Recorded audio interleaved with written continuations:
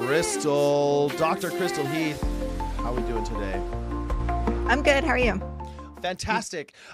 This is kind of out of the ordinary stream for us, and I'm really excited because of time zones and everything. We're having to do this a little early for us, but we're going to talk to someone on the other side of the world, on the other side of the pond, at least. Do you want to introduce him?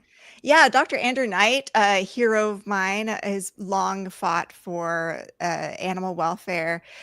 He is a veterinary professor of animal welfare, and after teaching at Ross University School of Veterinary Medicine from 2013 to 2014, he established the Center for Animal Welfare and has two animal welfare degrees at the University of Winchester in 2015. He left in 2023 to establish his own nonprofit organization and now does animal welfare research and outreach full-time. He's also an adjunct professor at Murdoch University Veterinary School, Western Australia, one of Australia's leading veterinary schools, and in the School of Environment and Science at Griffith University, Queensland. He is a British, European, American, and New Zealand veterinary specialist in animal welfare and a fellow of the Royal College of Veterinary Surgeons and a principal fellow of Advance HE. His book includes the costs and benefits of animal experiments and the Routledge Handbook of Animal Welfare, published in 2023. And the latter summarizes all main animal welfare issues. So he's done a ton, he's written a ton, and I want to find out how he does it all. So wow, that is some pardon the pun pedigree. Let's bring him on, Dr. Andrew Knight. Let's do it. Welcome, Andrew. Thank you for that very kind introduction, and Jack. Welcome to All Beings Considered, Doctor. Yeah, thank you so much for being here. Thanks so much. Good day, I guess I should say. So I'm wondering, how did it all begin? Like, what was your relationship with animals early on in your childhood? Crikey, going back to my childhood, I mean, I was raised in Perth, Western Australia, a land, by the way, of eternal sunshine and some of the best beaches in the world. My parents gave me a book on baby animals when I was about 8 years old, and it had pictures of baby deer and other animals, and I declared that I was no longer going to eat these animals. They were far too cute. At 8 years old? Yeah, I was going vegetarian. So my family was kind of sympathetic and thought this will only last about a week, and no worries, we'll humour little Andrew. And it lasted years and decades, in fact. So here I am today. So did you have any animals growing up? Did your family? Yeah, we had a lovely black cat called Susie. And I didn't know how to speak dog. Growing up with a cat, I learned how to speak cat really well. I knew exactly where to scratch them and their body language. I can even purr quite effectively. But I couldn't speak dog until I got into veterinary clinical practice and just became exposed to so many of them. And fairly quickly, I learned to speak dog as well. So what made you decide to go to veterinary school? Yeah, I was actually, as a young person trying to work out what to do with my life, I wanted to try to do some good in the world as much as I could. And so I explored a number of things initially. I was involved in Australia's campaigns to increase our foreign aid budget, campaigns to ban landmines for human rights.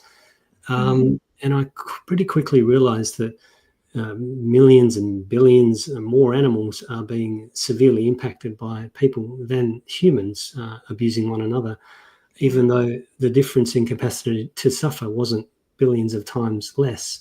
So I thought, actually, if I'm going to have the maximum positive impact, I need to be really focusing on animal issues, although I still support human rights and environmental concerns and so on. So I pretty quickly switched. In Perth, Western Australia, where I was, it was also the world capital of the live sheep export trade. We export sheep on longer sea voyages than almost any other country, about 2.5 weeks to Middle Eastern countries. And it was also the largest. We were exporting about 5 million sheep a year. And because of poor conditions on the ships in particular, up to 150,000 would die on ships each year before they arrived, and a similar number in feedlots after they arrived. So this was one of the biggest animal welfare problems, certainly in my part of the world. Yeah. I helped launch the Australian campaign against the live sheep export trade in the mid to late 1990s, giving away my age here. And I found it really satisfying, actually, to be working on issues that were making a real difference to millions of sentient creatures. And I thought, how do I set myself up to do this as a career? At the time, I was doing lots of radio interviews about live sheep trade, and I would give facts and figures, and it would always go really well up until a certain point, which was then when they would ask me, what do you do for a living? And I'd have to say, well, I deliver newspapers or I deliver pizzas. And I quickly realized that people were assessing the merits of the information I was giving them on the basis of what I did for a living. So I thought, how do I solve this? I need to find a proper profession that will give me credibility with all sorts of stakeholders when I'm trying to advocate for animals, advanced knowledge about animals and animal welfare issues. And I thought, well, the ideal thing is to attempt to become a veterinarian. So I just went back to school and studied my butt off for nearly a year, and did some experience with vets and managed to get into vet school. And I thought things would be smooth sailing then, but I rapidly ran into an even bigger issue, which was the use of harmful use of animals in the veterinary curriculum. So, but the thing is, veterinary school and the veterinary profession isn't always friendly to those ideas and advocacy. Did you know going in that the veterinary profession had this culture, or was it like a surprise to you? Absolutely. The veterinary profession really has its origins in supporting farmers to maximise the productivity and profitability of their farms when they're farming animals, or within horse owning communities. Either wealthy people or the military would also use horses a lot in times past. So historically, there wasn't the money to actually spend a lot of money on companion animals, and most people didn't have them. So most vets worked in those two areas. And the ethos of supporting farmers to maximise profitability of their farming systems and things like the equine racing industry remain very strong within veterinary schools today. There's also another factor, which is a lot of the research funding for veterinary schools actually is associated with invasive animal research. So there's quite this dominant culture that animals should be used and can be treated very invasively, despite the very serious animal welfare and ethical concerns associated with many of these practices. And when I went into veterinary school, I had the vague idea that this might be the culture, but I reasoned to myself that if I could just survive it, I'd be able to do so much more good for animals on graduation that it would be worth toughing it out for the 5-year course. It was 5 years in Western Australia. As with short-term pain for some long-term gain. I think it's short-term pain. It was actually sort of short term that seemed to last forever. When you're actually in it, it seems to last forever. But the great thing is it does actually end one day, and then thankfully starts to recede into memory, and the rest of your life stretches out in front, and you get the benefits. Those cultural things seem to be the hardest to come up against, and the live transport thing you mentioned, has anything changed over the years? I read about how live transport campaigns or against them are ongoing in places like New Zealand and Australia. But we keep on hearing about ships like the ones you described, where they open up the doors and there's a bunch of dead animals on board. Has anything changed since you've been involved in those campaigns? Yeah, I'm really pleased to be able to report that after 30 years, the Australian government recently announced that it was going to actually ban the live sheep export trade. Hasn't done it yet, but they have at least committed to doing so. So this is brilliant. The animal advocacy movement needs to continue to monitor this, because there's a long record of governments and industries backsliding on such commitments. But nevertheless, there is a commitment at the moment, which is fantastic news. So when you're involved in these campaigns on a day-to-day basis, it often seems like the opposition is huge and you make no progress. But when you take a longer-term view, actually, there is a lot of progress that is occurring, which is more heartening. So you want to take that same lesson to the veterinary field, right? You change the culture, or helped change the culture of an entire government and their support of live transport. Maybe something can happen in veterinary medicine. Yeah, and back to your experience in veterinary school, was there anything that you had to object to in your training to align with your values? Did you push back against the curriculum in any way while you were in school? Yes, indeed. When I entered, I had the sort of vague idea that harmful animal use might be required in the veterinary curriculum, but I was ignorant of really what the details of that might be. And I, again, rationalised to myself that if I had to be involved in bad things, it would be worth it because I'd be able to do so much more good after graduation. So I didn't really know very much about what I was getting into.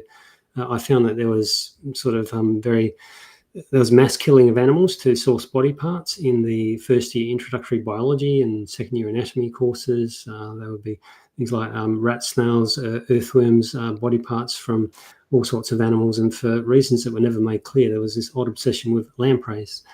And then we got into invasive experiments on living animals in second year physiology. And that was very invasive experiments on sheep, along with toads and some other animals, but particularly sheep. Students would do things like cut in and cut various nerves, such as those leading to the heart, force their sheep to breathe various different gases or cut off the air supply entirely.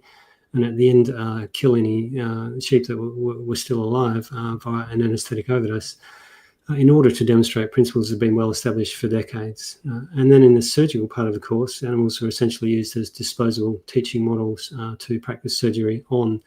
And if they were still alive at the end of the surgeries, they would also be killed by anaesthetic overdose.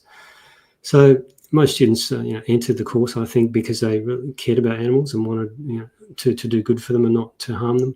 But the culture was so strong that if you don't do these procedures, you won't become a good surgeon, you might fail, that very few students have really the courage to stand up against that, or the willingness to risk the very large, their ability to pay back the very large student debts that they're accumulating going through veterinary school by possibly being failed out of the course if they don't agree to do some of these laboratories. Yeah. The ones that do tend to cause trouble are often the mature age students, the ones that are slightly older. I was one of those. Not always, but often these students who don't sort of unthinkingly just ingest and agree with everything they're told, have got a little bit of life experience and learn to think a little bit more critically and form their own positions. So, as one of my instructors said, one of the objectives of the university is to teach you to think. So we can't really come back to you and say, yes, but we didn't want you to think like that. Yeah. So right. Challenge the status quo, be on the cutting edge of the cutting edge of the discipline, but not like that, please. So I, when I was a student myself, objected to all of this. We had different responses. In biochemistry, the academic was supportive and allowed us to use alternatives. In physiology, the academic was a hardcore vivisector herself. She did a lot of very invasive animal research and declined all our requests for alternatives. So I had to initiate legal action against the university ultimately. Nice. And involve the mass media. This was actually successful. We got primetime television coverage of mass curricular killing in the veterinary school. Amazing. There were film crews wandering around campus. It was a public relations disaster. This very rapidly results in progress, whereas all previous rational steps have failed. I've seen this not only in my veterinary school, but with colleagues at other veterinary schools as well, including in the US. And in this case, very rapidly, the university completely stopped all of those laboratories in the middle of semester with no alternatives lined up. So it caused some chaos in the course, and that was due to this professor's intransigence. The university also had, the dean of the veterinary school found himself having to explain his position to the state government commissioner for equal opportunity, which administers legislation that outlaws discrimination against students in their education on the basis of their conscientiously held beliefs. And I said I had a conscientiously held belief against unnecessarily harming animals in my education. You're not allowed to discriminate against those sorts of things, as with gender, political beliefs, and various other protected beliefs. Yeah. So these sorts of beliefs are enshrined within human rights legislation in many jurisdictions around the world. So because of that, the university set up a commission to examine the whole thing and came out and decided that they would actually agree to make reasonable efforts to provide humane alternatives to students that requested them. This was then copied by several other universities across Australia and some internationally as well. So that was great. And then everything went quiet until fourth year. And in fourth year, I hit the surgical program. And this time, the academics were also completely opposed to humane teaching methods. They didn't say no, like the physiology academic had said no. Instead, they said, well, you've forced us to allow this because the university has ruled on this, but we don't agree with anything you're doing. So you know what? You can go and get your own surgical instruction outside the university. Go and organise it, getting experience assisting with beneficial surgeries on real patients in private veterinary clinics and animal shelters.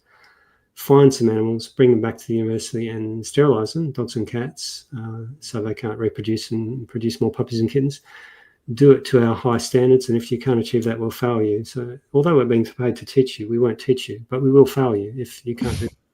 So we said, fantastic, what a giant step forward, because previously these people would never have allowed anything. It would have been a flat no. We said, thank you so much for this, for this opportunity.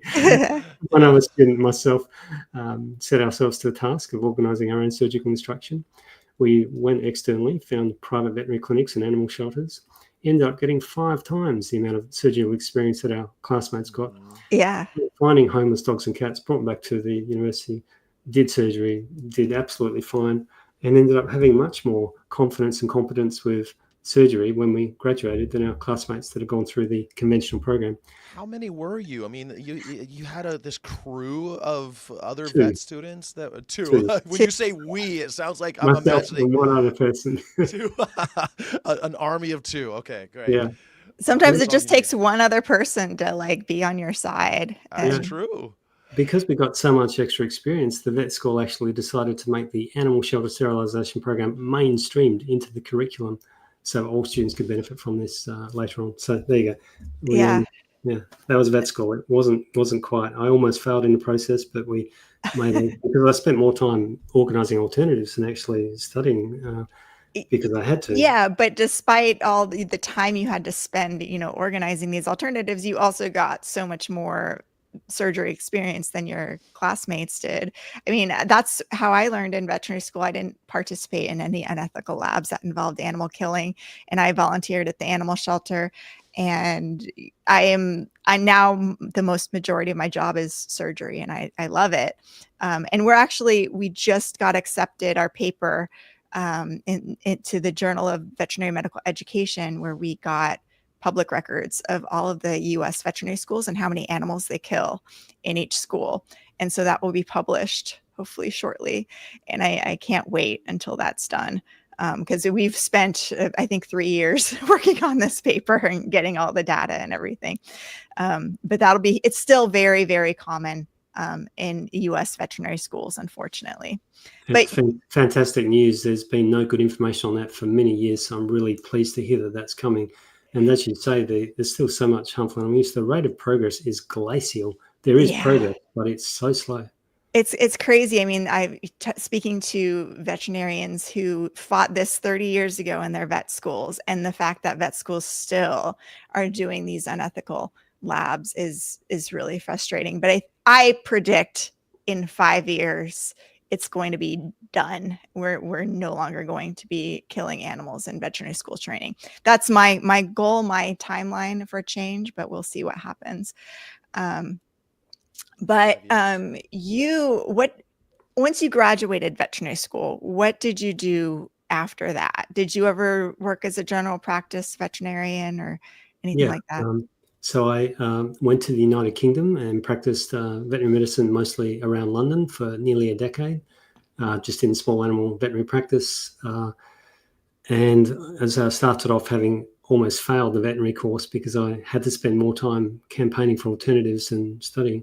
But over time, I ended up being very kind of competent at what I did, because I think that anyone that is just really interested in good animal welfare and finding the best treatment protocols, etc., for animals, will read all the articles in the veterinary magazines and just get better and better as time goes on. And I started off with the benefits of having 5 times the amount of surgical experience of my classmates, and then sort of built on that by just being interested in best practice and animal welfare, and learning through reading the articles and through experience and talking to other vets and so on, and became very comfortable at what I was doing as a small animal vet. And in fact, I was also asked to start doing various studies, publishing academic studies. I initially was publishing some about humane teaching methods, but I was also asked by animal advocacy organisations to start looking at aspects of animal experimentation. And I ended up publishing so many studies that I discovered you could get a PhD doing this. And so I started to seek out quiet veterinary practices, the ones where you would have maybe 2 to 3 hours in the middle of the day. I mean, our days are 10 hours long, normally in the UK, but in the quiet practices, you might get that time in the middle, and I'd start to be actually researching and authoring and publishing a whole body of studies, which became a PhD and ultimately became my book here, which is called The Costs and Benefits of Animal Experiments. Yeah. So quiet practices mean you can get a lot of other things done as well. That's amazing. And I'm trying to kind of do the same thing. You've got so many letters after your name and everything. And now I'm like just entering the whole publishing, writing papers thing. So I want to figure out your strategy for how you publish so much and do it. Like, what's your process? What software do you use? Do you use Zotero? How do you go about writing a paper? I'm embarrassed to confess that, sadly, I've never spent the time learning how to use Zotero or any of the referencing software. This book here has 500 scientific references, and I did them all by hand. Oh my gosh. Because I've just never had the time. And I know that in the long run, I'm losing more time, but in the short term, I've never had enough time to learn how to use referencing software. So that's disgraceful, and I don't advise anyone to do that. But it also proves that you don't need that, to be honest. What you do need to do is really just research your topic. So you need access to the scientific literature databases, and that's usually through a university. So particularly, it's you can start with Google Scholar and PubMed. They're publicly accessible, but they're also not sufficiently complete.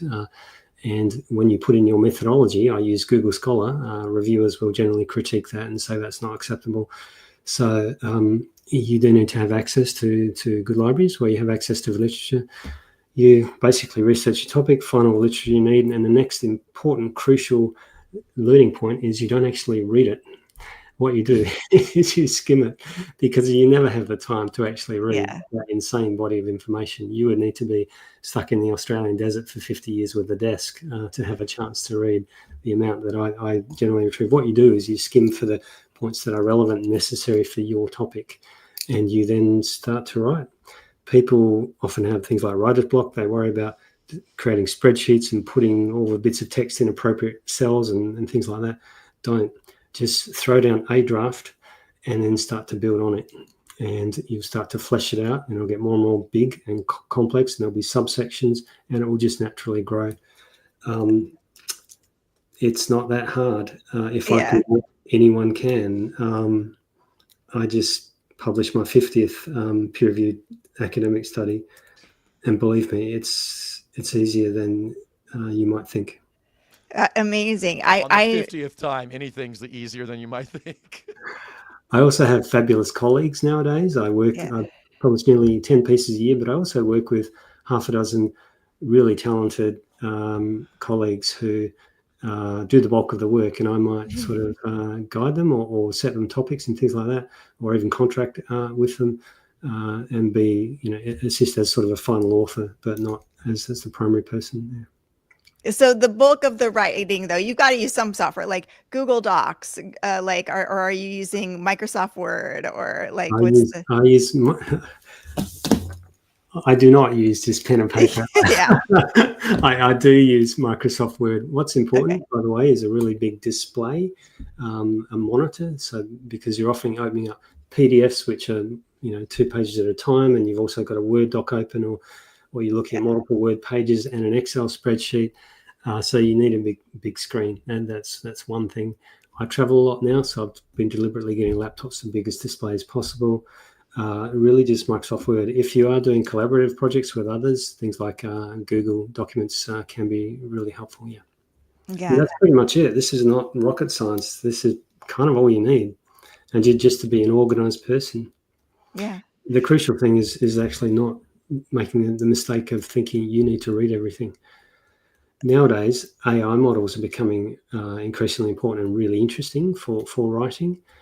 We have recently done a survey of academic journals to look at policies on AI model use, and also a survey of the main AI models to see how accurate they are and how useful they are, and their prices and so on. We'll be publishing that shortly.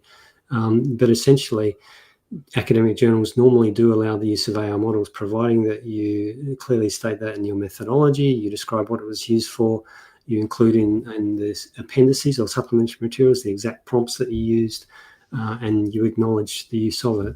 AI models can't be authors, co-authors, because they can't take responsibility for the whole paper, and all co-authors need to do that. So you can use them for, and you also need to check what the outputs, because often they hallucinate, they produce things that are not true.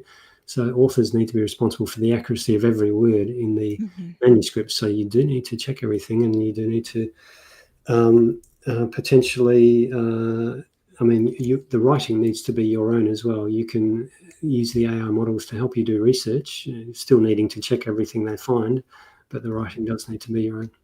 But they're very useful. They're speeding things up a lot. Oh, Sure. I yeah. mean, you're digesting this huge amount of data. I mean, it's easier when a machine can help you pre-digest it almost, kind of masticate it for you. Pre-digested.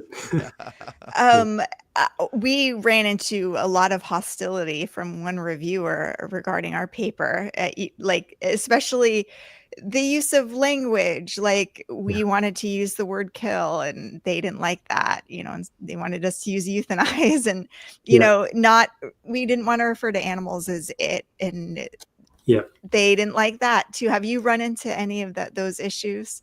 Absolutely. So the first year I was doing this, I was constantly getting that kind of feedback, and I was discovering that every single word you put in there needs to be able to withstand critical scrutiny from people who are not sympathetic, who are not on board with your mission to advocate for animals. And I would get a lot of, it seemed very harsh at the time, feedback. And as a result, it turned me over a year doing this into a writer who could produce words that all of which were able to actually withstand critical scrutiny. So you get to the point where you either change the wording and send it back in a subsequent draft, or you respond that with the greatest of respect, this is actually killing. Yeah. And you defend the words that you have provided. And you end up with a defensible set of words. And that is really important. So actually going through that for a year made me a much more critical thinker, and I think it did something to my head. I think it made me, closer to being intelligent than I ever was before. It definitely increased my critical reasoning ability. It was quite an interesting effect of just constantly going through this for about a year. It makes you a much better writer. The second thing is that I noticed that some reviewers and journals go beyond reasonable critical scrutiny, and there's always the question of, are they biased? Are they representing, for example, agribusiness interests or invasive research interests, etc. E.g., I sent a paper once to a journal called Laboratory Animals, and it was rejected within 5 minutes. So I know for sure they hadn't read the paper. That kind of thing is obvious bias. If you have reviewers saying, please don't use the word killing for something that is killing, then that's going beyond what is reasonable.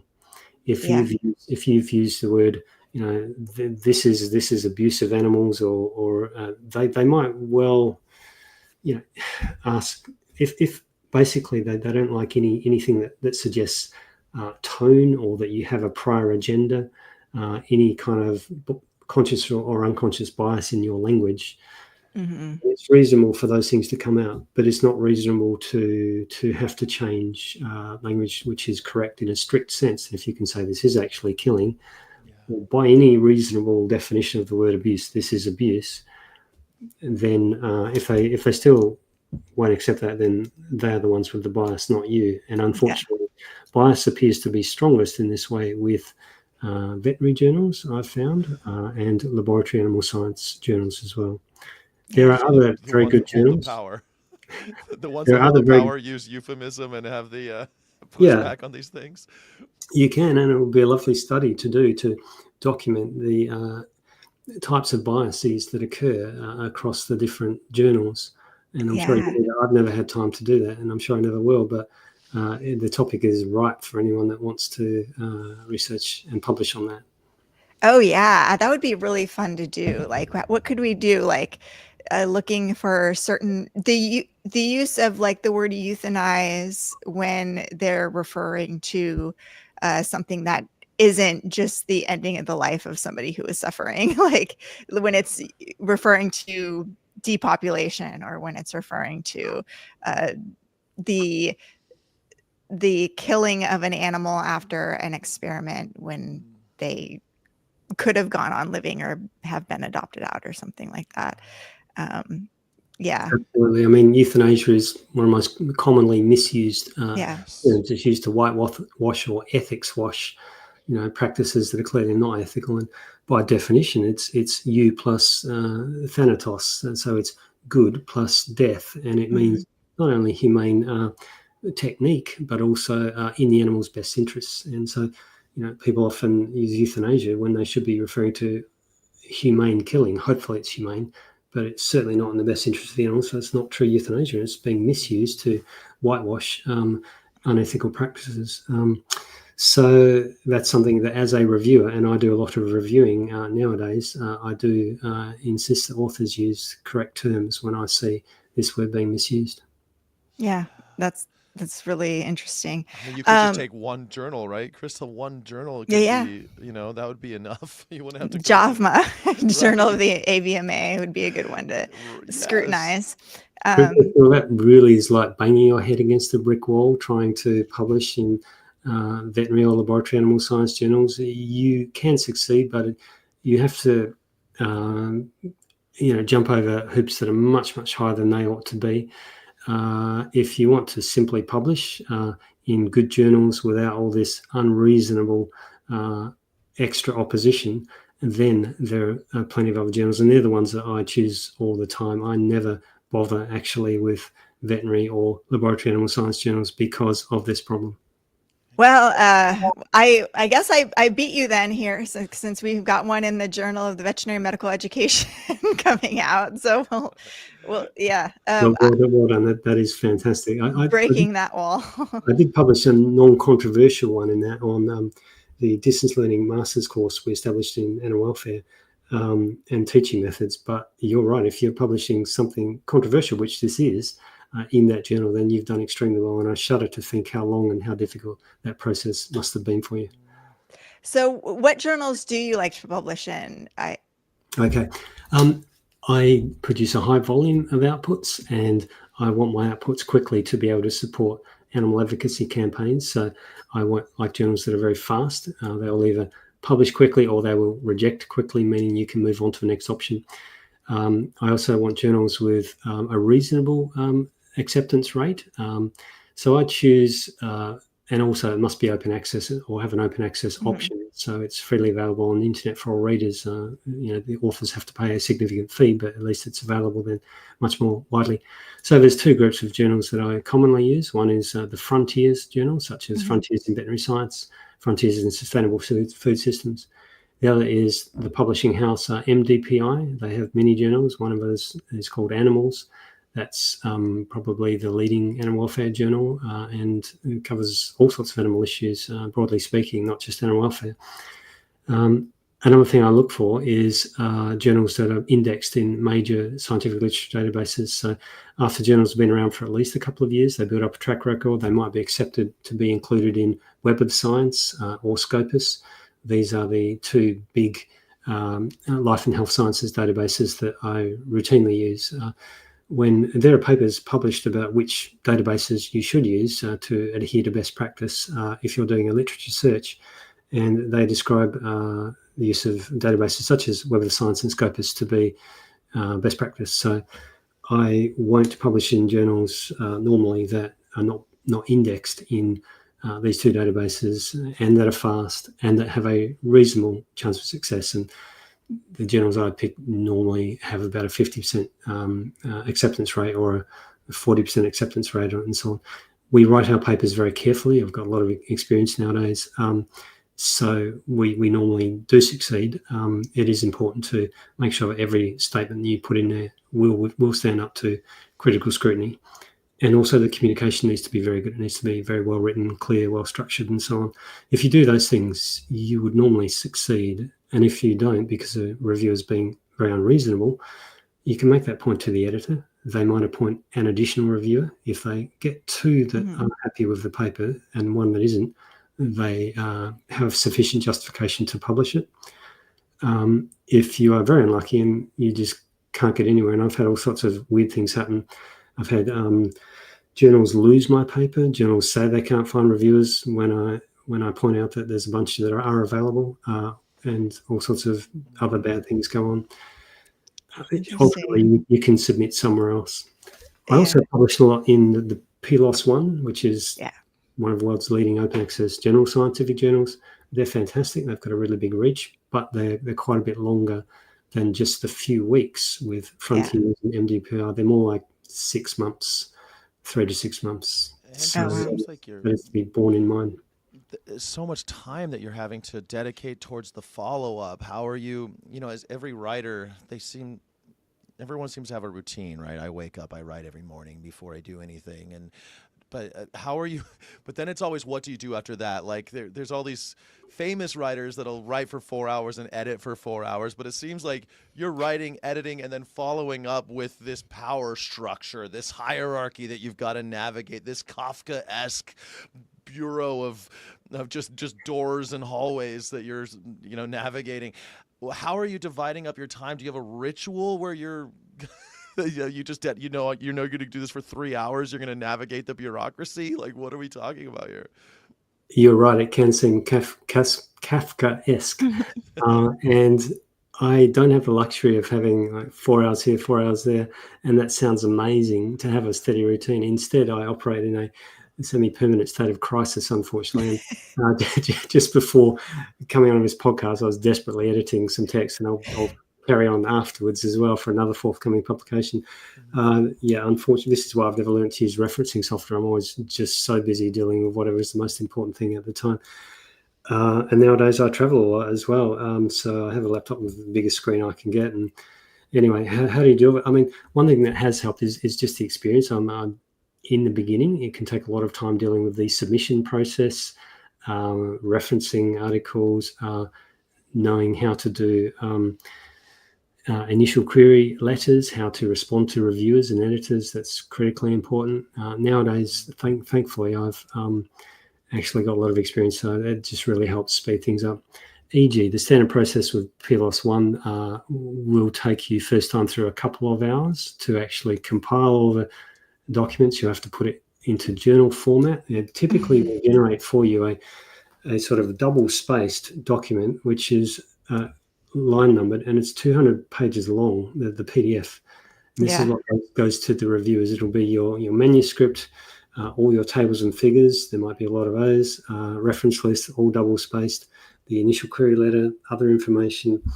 You have to fill out these incredibly bureaucratic forms. So provide statements concerning research ethics, funding sources, conflicts of interest, and author contributions in detail, and so on and so on. So this is a bit of a learning curve. It's a bit of a nightmare the first time you go, but after you do that, it gets easier and much quicker and smoother.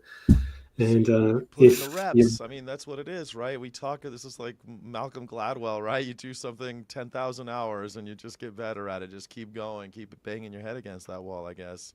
I think the best thing to do of all is get someone else to do it if you can. And I've now Yeah. got I've now got wonderful, very bright junior people wanting to work with me, who I'm now starting to allow them to develop this experience, this valuable experience themselves, with some guidance. So yeah, that's maybe the best solution of Yeah, all. there are people who love the bureaucracy and love to like fill out forms and stuff. And I'm thankful for one of my co-authors who loves doing that sort of stuff.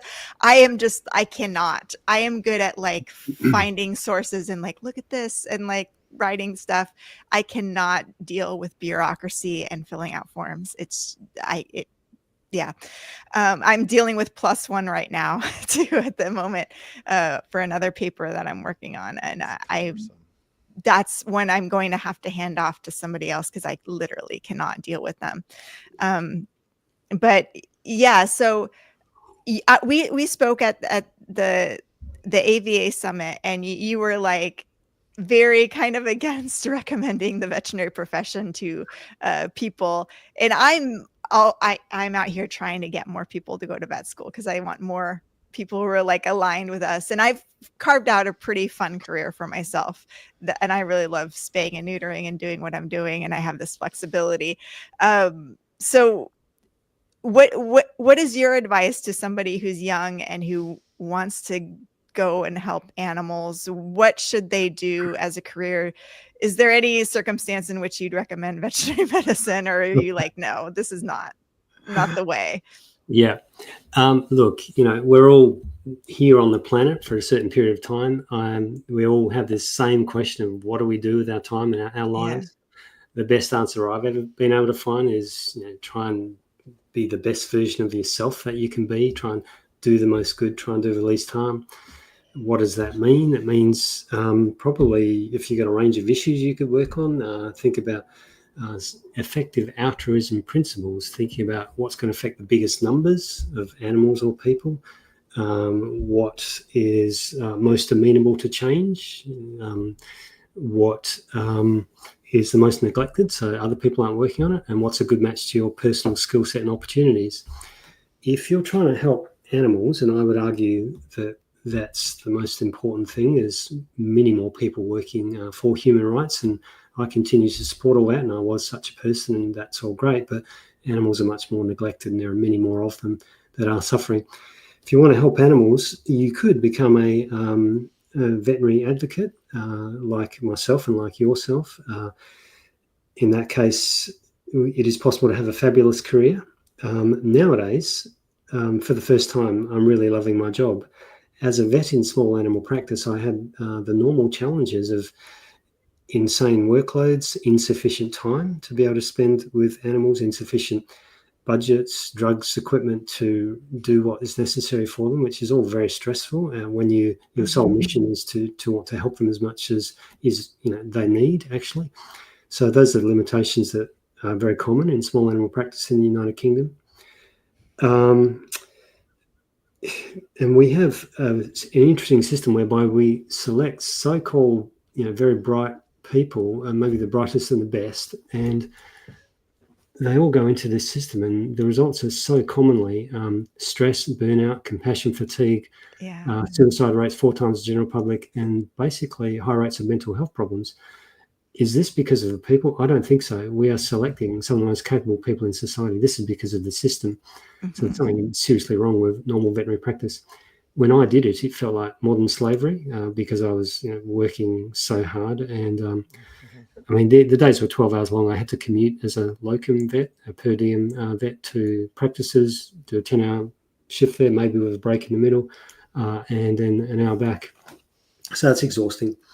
And then I went into academia and I was teaching, and I found that was exhausting. That was modern slavery. There was a time in the past when it was good to be a university professor. Those days are long gone, sadly. You don't get to sit in the armchair reading interesting books and thinking anymore. you don't get to do any of that stuff. All of that's gone. Yeah. So it's modern slavery nowadays. And the first time I've really started to enjoy what I'm doing has just been a couple of years ago when I managed to quit and set up my own non-profit. And now I get to research and publish and speak and communicate full time. I do more communication work, lots of media interviews, lots of talks, than actually publishing nowadays, full time, trying to advocate for animals. And it's fabulous. I'm working with super interesting issues, having the biggest positive impact I can have, working with bright, interesting people, traveling and seeing lots of wonderful places. So if you want to help animals, the biggest way that you can, I'd say just try and have a career like mine. Try and do what I've done. What you've done also sounds fantastic. You're doing similar things. You're also working part-time, spaying and neutering homeless dogs and cats and other dogs and cats to decrease pet overpopulation, which is one of the biggest animal welfare concerns. I really loved doing that when I was a vet. So that's fantastic. I'd say that for most veterinarians that don't do what we've both done, it's a lot grimmer. Yeah, it is. The only way I'd recommend this, the only one I would be enthusiastic about would be a career like yours or mine. Yeah. But anyone considering 100%. A normal veterinary career, and mind you, we're the less than 1%. Yeah. But this is now possible. It is now possible. It wasn't previously easy to do this, but it's become much more easy in recent years to do what I'm doing and probably what you're doing than it ever used to be. So this is starting to become a career pathway, and I definitely encourage people to follow that. People wanting to be normal vets, I'd say have your eyes wide open. Really go and find out about what the stresses are and the relatively low rates of pay. On the plus side, you do get to help thousands of individual animals. You won't be making big picture changes like banning certain farming systems, which is what we get to work on. But at least you'll help thousands of individual animals and their people as well. And that's kind of the only plus, to be honest. And it's such a tough job to do that people need to have their eyes wide open about what they're contemplating getting into. And there are other options. If you want to advocate for animals, you could be a lawyer, you could be a dietitian, a human physician, do something else, do a support role, IT, graphic design, management. Yeah, all of those are nearly all of those will be a lot less tough, and you could also have a big impact for animals. And if you have an interest in business or running a business or something like that, I know us nonprofits, we need help with fundraising and we need help with just the administrative duties involved with running a nonprofit, which as veterinarians, it's not really my cup of tea. I mean, before I went to veterinary school, I started my own business. So I was very business minded going in, but most veterinarians are not. We're more hands-on, tactile sort of people than business people. So I definitely think, and in the animal field as well, any animal advocates, mostly we're not very business savvy, financial savvy people. We're just very caring people.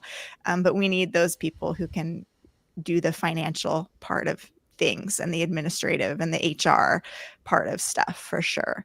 But one of the things that you guys get to, you lend legitimacy because of a DVM next to your name, because of that piece of paper, because of that diploma, right? The degrees. I don't know how we overcome that challenge that you intimated earlier about having wanted to advocate for animals, but every time someone asks you what do you do for a living, you're like, I deliver newspapers or whatever you said. I'm a pro video gamer or whatever, these and you felt like you had almost like an inferiority complex because of that. Is there a way to how much of that was in your mind, I guess, and is there a way that we could overcome that in other ways than dedicating all this time to getting fancy degrees and the horrors of small practice and all these other things? I mean, the world has changed. There's much bigger opportunity to use social media and to, as you said, become a champion video gamer, which I sadly wasn't. But young people seem to get more of their news nowadays online than from traditional sources such as newspapers. There's a huge role for educational short summary videos and other outputs via social media.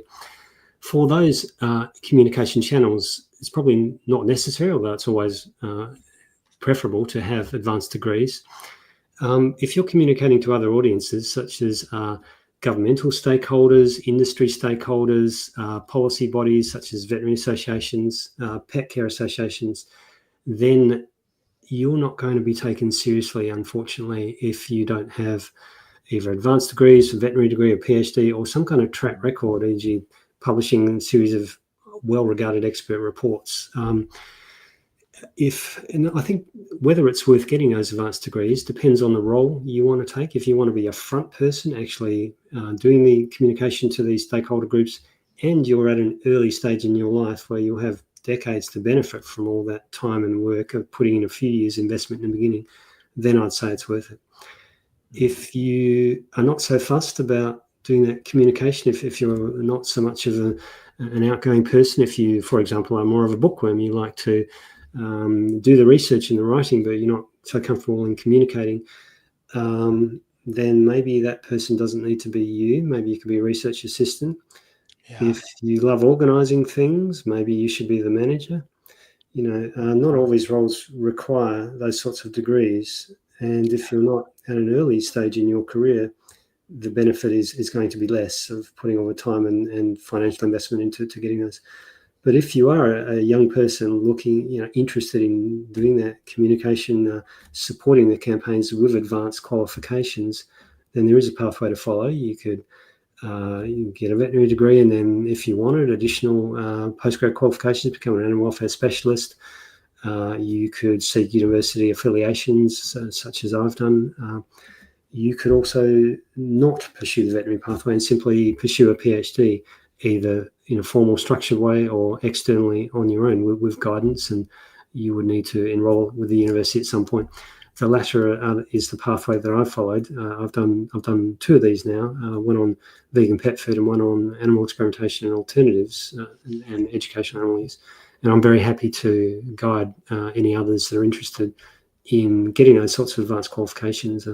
One of the talks I give is exactly on career pathways and how to do this sort of thing. So it depends really where you're at in your life and what kind of role you want to have. Interesting. Awesome.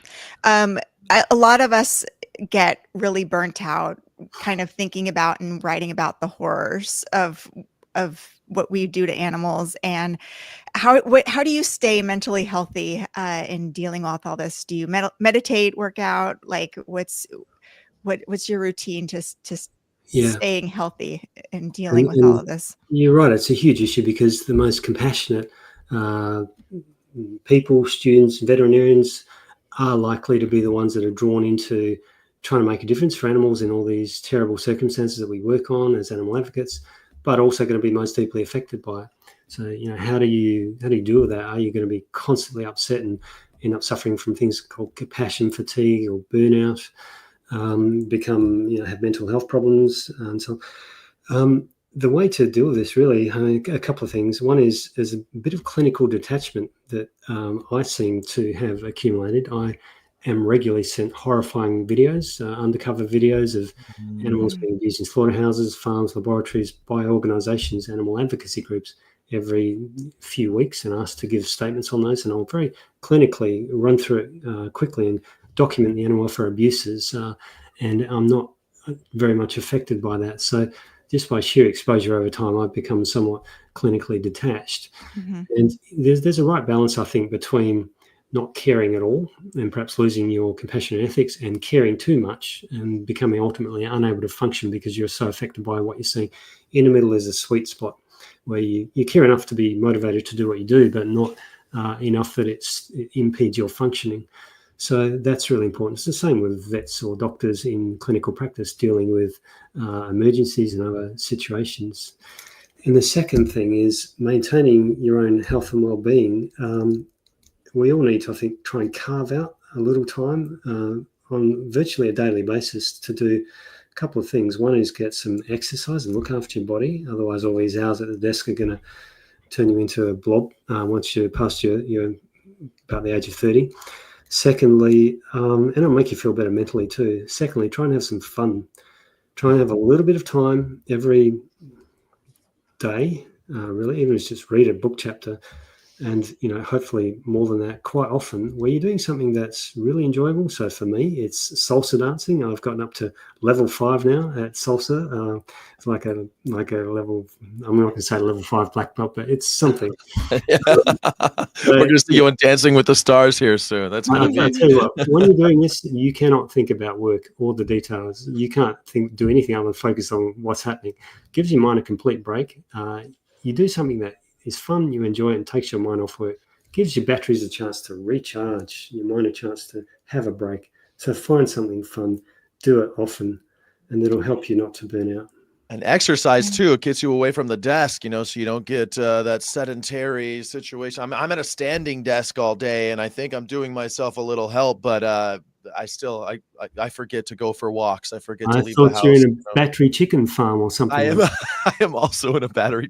I'm in a standing desk in a battery chicken farm. That's where I'm at an egg producing factory. Yes. Whatever keeps you healthy. Standing desk is great. I've got one as well, actually. Nice. Last, we've got a couple minutes left. I just wanted to ask you, what gives you hope? What keeps you going? What gives you hope? I'm not an unrealistic person. I don't look at the future of the planet and say I have lots of hope. And I know people sometimes like to have these fantasies. That's not me. I'm a complete hard-headed realist, as it were. I think the one good thing is the opportunity you have, no matter where you are in life and sort of on the planet, really, is to maximize the opportunity you've been given, whatever that may be. We're all here alive. We've got time on Earth. We've got various opportunities. What are we going to do with the opportunity that we've been given? You can always choose worse or choose better. You can always actually become the best person that you can be. And I think that's something that we can all have the hope of achieving. And that's really the best thing I think any of us can do. And the rest isn't up to us. So you can let it go. Yeah. And where can people find you if they want to keep following your work? I'm all over the internet. I've got a YouTube channel. I've got a whole bunch of animal advocacy websites. I've got a personal website that has a lot of my academic publications, various books, such as, by the way, this one is an entire book that's now open access. That's a great book too. Everybody, I've downloaded it. I reference it often. The Routledge Handbook of Animal Welfare. Is that what it's called? Yeah. That's yeah. So that's designed for animal advocates and also for vets who want to become specialists in animal welfare. It covers all the animal welfare issues and animal law in major regions of the world. So yeah, I'm all over the internet. Just search for me, Andrew Knight, veterinarian. I'm incredibly easy to find. All your vegan animal questions, go to Andrew Knight's website and bug him about it. He's the expert. So we did have one question from the chat was asking if both of you were vegan before becoming veterinarians. I know the answer, but you guys didn't. I was not. Know the answer. I was vegetarian in vet school just because I couldn't get my act together. But yes, I was vegan. I was actually an animal rights advocate before entering veterinary school, which made it particularly difficult going through. But you can do this, and it's getting easier nowadays. Awesome. Yeah. Awesome. Thank you so much. And thanks for joining us. And yeah, we'll chat later. Thank you so much, Andrew. And come out of that battery chicken farm.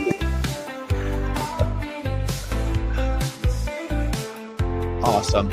Well, that was Andrew Knight, everybody. And we will be back later, Crystal and I will be back later for another stream at 3 p.m. Pacific, daylight time, and we'll see you then. Thanks, everybody. Please join us then. Thank you. Please join us then. Yes. Bye, everybody.